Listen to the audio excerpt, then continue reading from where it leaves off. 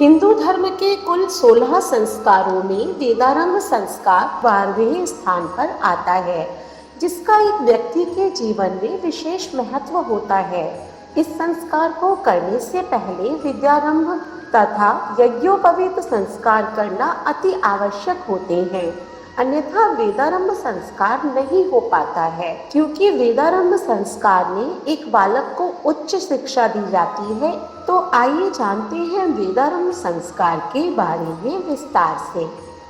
नमस्कार, स्वागत है आपका सनातन ज्ञान और संस्कार चैनल पे। इस संस्कार को यज्ञोपवीत या उपनयन संस्कार के तुरंत बाद ही शुरू कर दिया जाता था। चूँकि एक बालक के जीवन में विद्यारंभ संस्कार की आयु 5 वर्ष से 8 वर्ष के बीच की मानी जाती है, जिसमें वह भाषा, अक्षर तथा शुरुआती ज्ञान लेता है। इसके पश्चात उसकी योग्यता तथा गुणों के आधार पर 8 से 12 वर्ष की आयु में यज्ञोपवीत संस्कार कर दिया जाता है तथा गुरुकुल भेज दिया जाता है।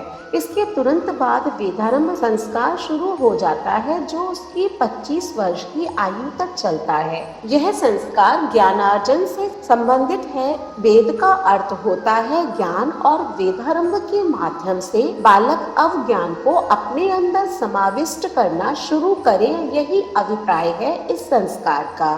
शास्त्रों में ज्ञान से बढ़कर दूसरा कोई प्रकाश नहीं समझा जाता है। स्पष्ट है कि प्राचीन काल में यह संस्कार मनुष्य के जीवन में विशेष महत्व रखता था। यज्ञोपवीत के बाद बालकों को वेदों का अध्ययन एवं विशिष्ट ज्ञान से परिचित होने के लिए योग्य आचार्यों के पास गुरुकुल में भेजा जाता था। वेदारंभ से पहले आचार्य अपने शिष्यों को ब्रह्मचर्य व्रत का पालन करने एवं संयमित जीवन जीने की प्रतिज्ञा कराते थे तथा उनकी परीक्षा लेने के बाद ही वेदारंभ कराते थे। असंयमित जीवन जीने वाले वेदाध्ययन के अधिकारी नहीं माने जाते थे। हमारे चारों वेद ज्ञान के अक्षुण भंडार हैं। यह संस्कार हर किसी को नहीं मिलता था, क्योंकि इसके लिए विशेष योग्यता तथा गुणों का होना आवश्यक था।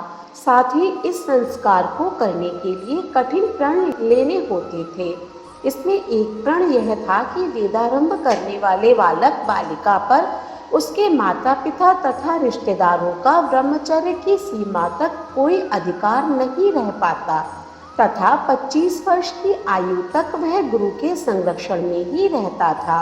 इसके लिए उसे 25 वर्ष की आयु तक भूमि पर सोना होता था, भिक्षा मांगनी होती थी, आश्रम को स्वच्छ रखना, वन से सूखी लकड़ियां और पुष्प तोड़कर लाना, गुरु की हर आज्ञा का पालन करना व वेदों का अध्ययन करना सम्मिलित था। यह अत्यधिक कठिन प्रण होता था तथा गुरु उस बालक की जांच परख करके ही उसे अपने शिष्य के रूप में स्वीकार करते थे। इस संस्कार में एक मनुष्य के अंदर ज्ञान का असीमित भंडार भरा जाता था।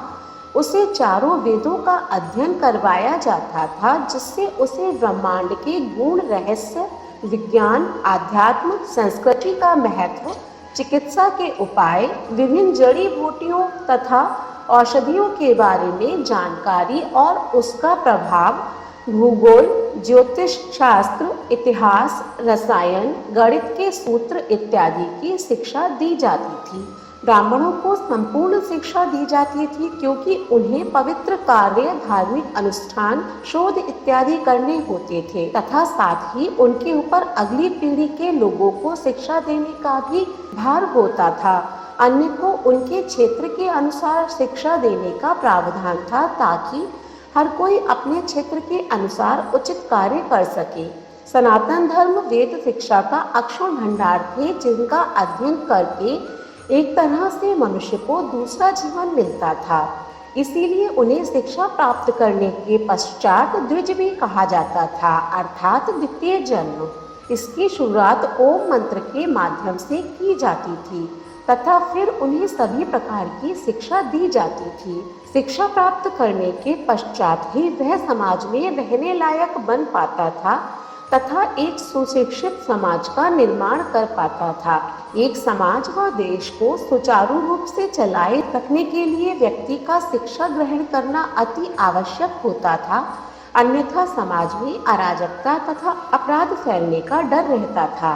एक शिक्षित समाज के द्वारा ही निरंतर गति रहती थी तथा धर्म रूपी कार्य किए जाते थे। इसीलिए वेदारंभ संस्कार का होना अति आवश्यक था। स्वयं भगवान श्री राम तथा श्री कृष्ण का भी वेदारंभ संस्कार हुआ था तथा 25 वर्ष की आयु तक उन्हें गुरुकुल में रहकर शिक्षा प्राप्त करनी पड़ी थी। इसीलिए यह संस्कार शिक्षा की दृष्टि से और समाज की उन्नति की दृष्टि से अत्यंत महत्वपूर्ण माना जाता था। हमें उम्मीद है कि इस संस्कार के बारे में दी गई जानकारी आपको पसंद आई होगी। अगर वीडियो अच्छी लगी हो तो इसे लाइक करें और ज़्यादा से ज़्यादा शेयर करें। ऐसे ही धार्मिक वीडियोस देखने के लिए हमारे चैनल को सब्सक्राइब करें। धन्यवाद।